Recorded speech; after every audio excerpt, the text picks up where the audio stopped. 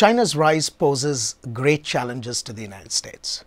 For many years, we assumed that there were questions about whether this rise will be durable.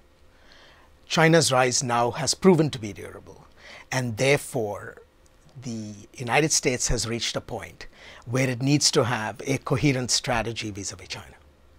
That strategy must be balancing, because the US does not have the choice of pursuing a strategy of containment in current circumstances. So the report really describes what a balancing strategy towards China would look like. It's critical today because I think the expectations that people had that China would become a democracy like the United States, or that China would have national ambitions that would be more and more focused on integration with international norms. Those expectations, I think, are going to prove more and more unreal over time.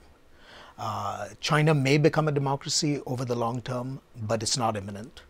And I don't think China is likely to become a Western state in terms of its norms anytime soon, because it sees itself very much as struggling against an international order that it did not have any role in creating. There are several ways to think about how the US ought to balance China. A critical component is to strengthen the power of countries that exist on China's periphery, because that provides a natural brake on China's capacity to misuse its strength. It's equally important that the US begin to put in place new trading arrangements, particularly in the Asia Pacific, in Europe, and in the North Americas themselves, because these are very fast growing sections of the international economy.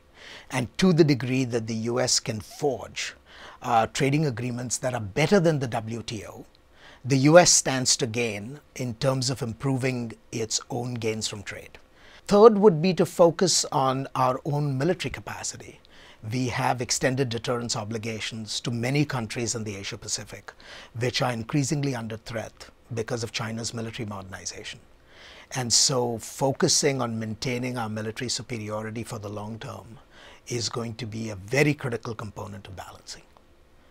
And of course, the last element is strengthening the US economy, which has taken some very major hits since the global financial crisis, and without which the United States does not stand any chance of pursuing a successful balancing strategy.